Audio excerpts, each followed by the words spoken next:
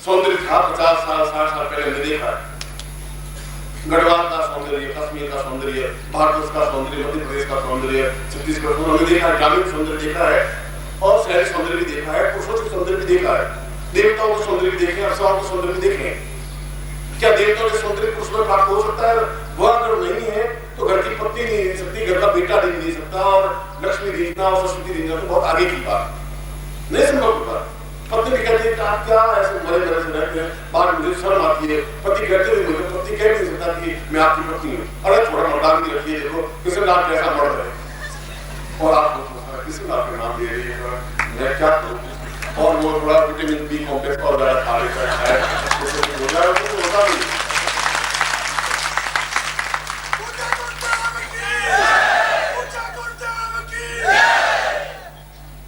इससे नहीं हो सकता। और हम शास्त्र की बात करते हैं कि रति जैसा सौंदर्य होना चाहिए या कामदेव साधन जैसा सौंदर्य होना चाहिए पुरुषों का, कि देखते ही आदमी ठक से खड़ा हो जाए, एकदम सोच में लग जाए कि है सौंदर्य।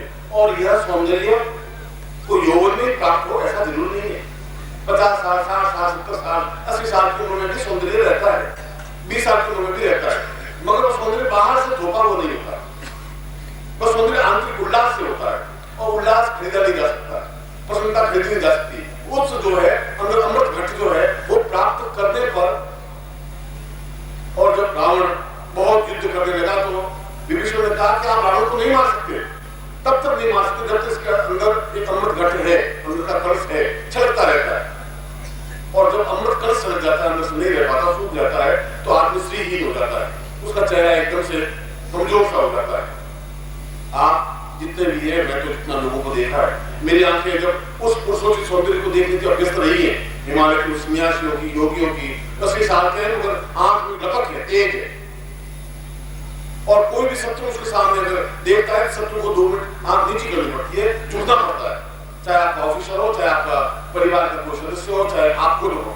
एक गर्व होता है कि मैं कुछ हूं, मैं जाता हूं तो एक प्रभाव पैदा हो जाता है। 500 लोग खड़े हैं तो लोगों की दृष्टि मेरे ऊपर टिक जाती है।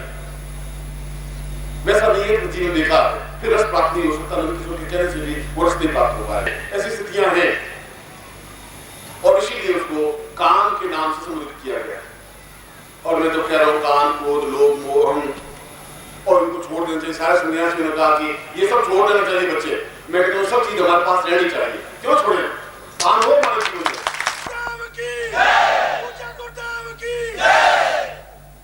अगर तुम्हारे शरीर में काम भावना होगी नहीं तो बस ये पीढ़ियां खत्म है, तो आगे पीढ़ी बढ़ेगी नहीं, अगर यहाँ समाप्त किया नहीं जा सकता। काम भावना हो, हम एकदम से स्थिति, चाहे हमारा बालक भी हो, ऐसा बालक जन्म ले कि लोग देखते भी जाए, क्या बालक, बहुत सुंदर, अद्वितीय, क्या चेहरा है, क्या आंखें गुलाब की तरह, ऐसा चीज होना चाहिए। चाहे पुरुष हो, चाहे हमारी लड़की हो, चाहे हमारी बहू हो, चाहे हमारी पत्नी हो, चाहे हम हो, चाहे हमारा परिवार हो। हमारे जीवन में इन स्थानों का महत्व है, क्रोध का भी महत्व है। कोई एकदम से आता है, कोई बदमाश आके खड़ा हो गया, आपकी बहन बेटी को छेड़े, आपने क्रोध है नहीं, गुरु जी का छोड़ दो क्रोध, काम क्रोध की जरूरत नहीं बेकार, सब तुम करो, गुरु जी का क्रोध नहीं करना है, तो गड़बड़ कर देगा, मुश्किल हो जाएगा। 2-4 झापड़ मार दी, उसको जिंदगी भर याद रहेगी कि ये यहाँ पर था, काम में आवाज पहले आती थी, अब आवाज नहीं आती। ऐसा होना चाहिए, अतिक्रमण नहीं होना चाहिए। क्रोध का अतिक्रमण 24 घंटे आंख लाल पत्नी को बरसते रहे, खाली राम तू बदमाश, तू खाली राम बदमाश, तू राम बदमाश, ऐसा क्रोध मैं आपको नहीं देना चाहता हूँ। या पत्नी आपका ढोल पीटती रहे 24 घंटे, तुम कुछ करता नहीं, तुम कुछ करता नहीं, तुम्हें साड़ी जाता नहीं, तुम्हें साड़ी जाता नहीं, ये क्रोध, ये ऐसा नहीं। काम हो, क्रोध हो, लोभ भी जरूरी है, मोह भी जरूरी है, अहंकार भी हो, में हो, हम है कुछ, हम है दुनिया है। अगर हम नहीं है तो दुनिया से मतलब क्या है तुम्हारा? ये सब कुछ होना चाहिए, मगर ये तुम्हारे बस की बात नहीं है। तुम्हारे पास जो नंजू पंजू काम, क्रोध, लोभ, मोह है। लोभ भी ऐसा नहीं है कि अपना पे अद्वितीय हो, क्रोध भी ऐसा नहीं हो कि शत्रु को एकदम से आप आंख से नीचे गिरा सके, ऐसा संभव नहीं है। मैंने दतिया, आपके मध्य प्रदेश में ये दतिया में बगलामुखी का बहुत बड़ा मंदिर, बहुत अच्छा, पूरे संसार में, पूरे भारत में विख्यात है, पीताम्बरा का। और वहां मैंने एक पत्रिका में उसके बारे में पूरा छापा था, फोटो समेत। उसमें एक सन्यासी थे, उन्होंने वहां के महाराजा ने उन सन्यासी को कहा था, दोनों को कहा था कि आप मेरे युवराज को, दोनों पुत्रों को आप पीताम्बरा ज्ञान दीजिए, साधना दीजिए। और पीताम्बर का मतलब है, भगनांशी का मतलब है कि हमारे आंख में इतनी ताकत, क्षमता आ जाए, इतना क्रोध आ जाए कि बस शत्रु को अपने आप में समाप्त कर सके। और उन्होंने आंखों से लिखा हुआ है उस सन्यासी को कि बिल्कुल आदमी लेटा हुआ है शत्रु, और वो लेट जाते थे और ऊपर चादर ओढ़ लेते थे, और उठ करके जिसको पहली बार देखते वो धड़ाम से नीचे गिर जाता, बेहोश हो जाता। इतना आंखों देखा हुआ है, इतनी आंख में चिंगारी, इतनी आंख में ताकत, शत्रु सामने खड़ा ही नहीं हो सकते। यह भी साधना के माध्यम से ही तो संभव था। इतना पुरुष की सौंदर्य साधना के माध्यम से ही संभव है। जब मध्य प्रदेश में इतना पीताम्बरी का पीठ अपने आप में पूरे संसार में विख्यात, और हम एक कायर की तरह खड़े हो सके, यदि हमारे पास कोई स्थिति नहीं है, और अगर फिर वही घूम करके मैं आ रहा हूं कि अगर सम्मोहक व्यक्तित्व नहीं है, और एक सम्मोहक व्यक्तित्व में सब कुछ आ गया, जीवन का पूरा सार आ गया आपका, फिर जीवन में और कुछ करने की जरूरत नहीं है आपको, फिर जीवन में कुछ बाकी चिंतन करने की जरूरत नहीं है। उसमें आपके क्रोध भी है, उसमें आपके अहंकार भी है, जोश भी है, क्षमता भी है, ताकत भी है, एक सौंदर्य भी है, और विरोचित भाव भी है, ऊंचा उठने की भावना है, और जमीन पर पड़े हुए आकाश को छूने की हिम्मत और क्षमता है, और वो होना चाहिए।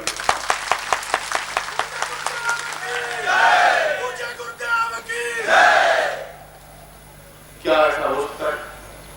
यह मैं आज, क्योंकि मुझे वो सौंदर्य नहीं है, पौरुषता नहीं है, इसलिए भगवान नारायण को जहां लक्ष्मी के पांव दबा किए, उनको पुरुष नहीं कहा गया, पुरुषोत्तम कहा गया। ये पुरुषों में भी उत्तम पुरुष है, अद्वितीय पुरुष है। आप ये अद्वितीय पुरुष बने तो लक्ष्मी आपकी चेरी बन सकेगी, दासी बन सकेगी, या फिर लक्ष्मी पुत्र बन जाएगी, या लक्ष्मी दास बन जाएगी, लक्ष्मीपति नहीं बन सकती। कुछ लोग लक्ष्मीपति होते हैं, लक्ष्मी उनके पीछे पीछे घूमती रहती है, जहां भी जाए पीछे नारी की तरह घूमती रहती है। ये लक्ष्मीदास होते हैं, वो बस हे मैया हे मैया हे मैया करते रहते हैं। और कुछ लक्ष्मी पुत्र होते हैं, मुझे बोलते नहीं, बोल नहीं सकते। मैं आपको लक्ष्मीदास, लक्ष्मी पुत्र बनाना नहीं चाहता, लक्ष्मीपति बने, लक्ष्मीपति। और पति का मतलब जो पद रख सके, इज्जत रख सके, सम्मान रख सके अपनी स्त्री का, उसको पति कहते हैं।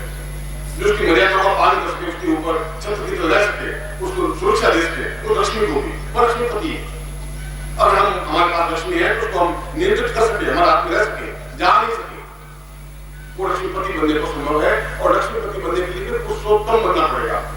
खाली पुरुष, खाली नर बनने से काम नहीं चलेगा। और पुरुषोत्तम बनने के लिए फिर आपको साधनों का माध्यम देना पड़ेगा। इस प्रकार की जो मेरे आप लोग उच्च कोटि के पद पर हैं, आप चाहे किसी प्रकार की पोस्ट लिए हुए हैं, यदि आप व्यापारी है, कुछ भी है, सब बेकार है यदि आपके जीवन में आनंद का प्रवाह नहीं है।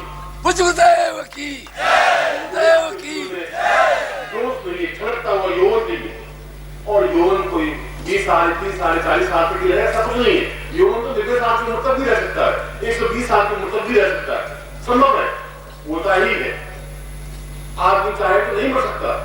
आप में से 100 साल आप ले सकते हैं, 150 साल भी ले सकते हैं। अखबार में पढ़ता होगा कि मछली लेके 200 साल की है। क्योंकि इसका मेरा जीवन इसका उदाहरण है। मैंने कल भी आपको कहा था कि मैं पोथी में लिखी हुई कोई बात पढ़ता ही नहीं है। मैं पोथी देखने कहता हूँ, मैं वही बात कहता हूँ जो आंखों देखी है, तो आंखों देखा हुआ है। इन साधनों सफलता मिलती है तो मैं आपको कहूंगा, आप करेंगे, और आप नहीं करेंगे तो मैं करवाऊंगा, ये मेरी ड्यूटी है। मगर आपको मेरा बोलना चाहिए।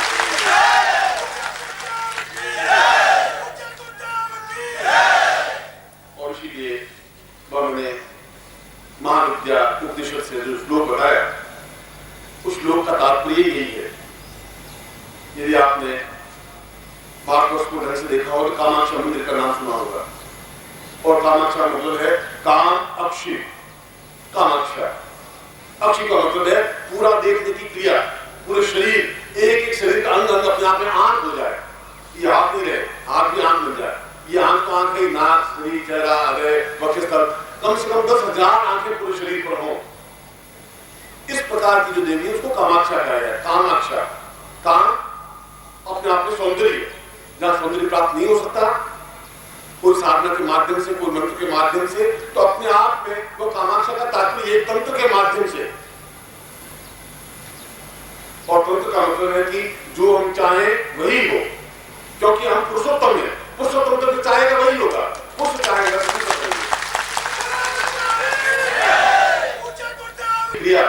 आंख में एक अंदाज देखने का अंदाज ही अलग हो, चलने का अंदाज अलग हो। हम चले तो लोग हमारी नकल करेंगे, क्या चाल क्या है, शेर की चाल, उठने की क्रिया हो, बैठने की क्रिया हो, बात करने की स्टाइल हो, हमारी स्टाइल लोग नकल करें, हमारे सौंदर्य को लोग देखें, अनुभव करें, चाहे पुरुषों की सौंदर्य हो, चाहे नारी की सौंदर्य हो, चाहे हमारा किसी प्रकार का सौंदर्य, तो सौंदर्य होता है, मगर सौंदर्य ऐसा हो जो सामने वाले देवी को प्रभावित कर सके।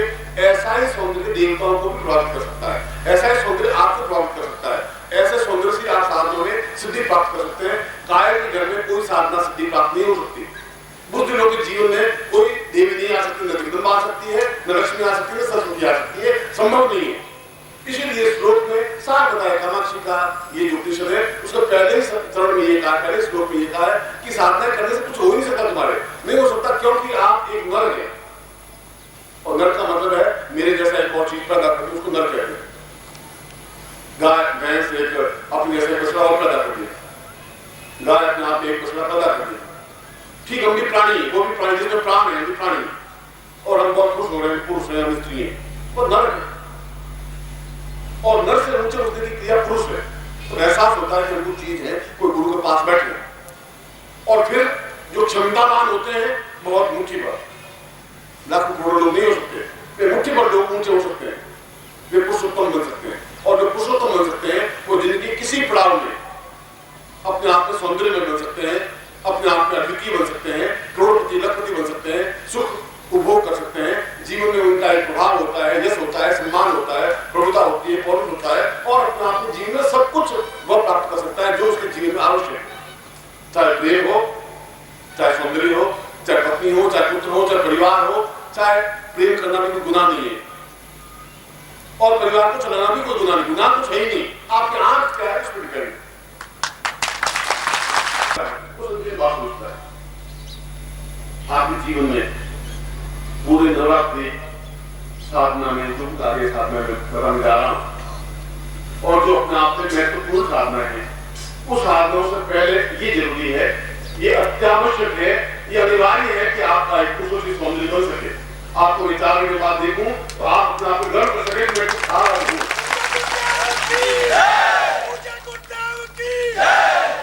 और इसका प्रमाण ये होगा, मैं तो वापिस मगर मैं आपको अभी का अपना फोटो खिंचवा लेना, और फिर 4 महीने बाद वापस आपको फोटो देखेंगे, और साधना के बाद आपको तुलना कर दें कि आपका बढ़ा हुआ पेट, कल मैंने जब काकुल जाकर के देखूँ जी, अब मैं कहूँ कि आपकी नाभि कहाँ है, तो उस पूरे पेट में नाभि मालूम पड़ेगा मुझे, तो पूरे बाल को फिरा करूँ, मेरे पास पकड़ के नाभि मेरा मालूम पड़े तुम्हारा नाभि कहाँ है, और मैं कहा उसको तो नाभि पूरे पेट में नाभि है, कहाँ मिलेगी नाभि में, मैं क्यों लगा दिया, मुझे दिखाई दे रही इतनी, मुझे अभी प्रज्ञा चक्षु